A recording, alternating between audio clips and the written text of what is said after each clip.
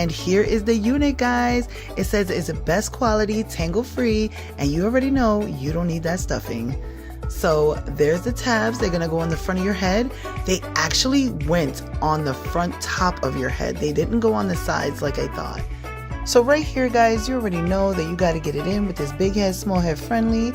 And let's go ahead and get this wig on. Y'all, when I pulled this wig out, I was like, oh my gosh, look at the colors. So I absolutely love the colors.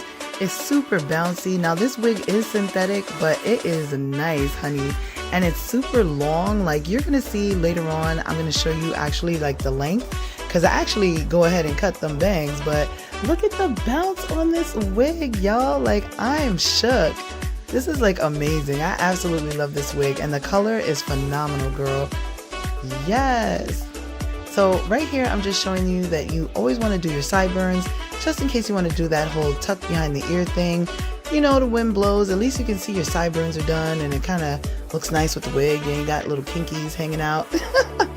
But yeah, I absolutely love this wig. There's a couple of things you can do with it. You can pick it half up, half down, but be mindful of the front. You always want to leave a little bit of hair to cover the front so that, you know, it's not peeking through and showing tracks, okay? But yes, this wig is fire, sis. Like, look at it. So here it is right here. I'm just going to show you what I do to get rid of the hair, but look how long it actually goes to the bottom of my chin, guys. So yeah, I'm just going to go ahead and whack that off, sister.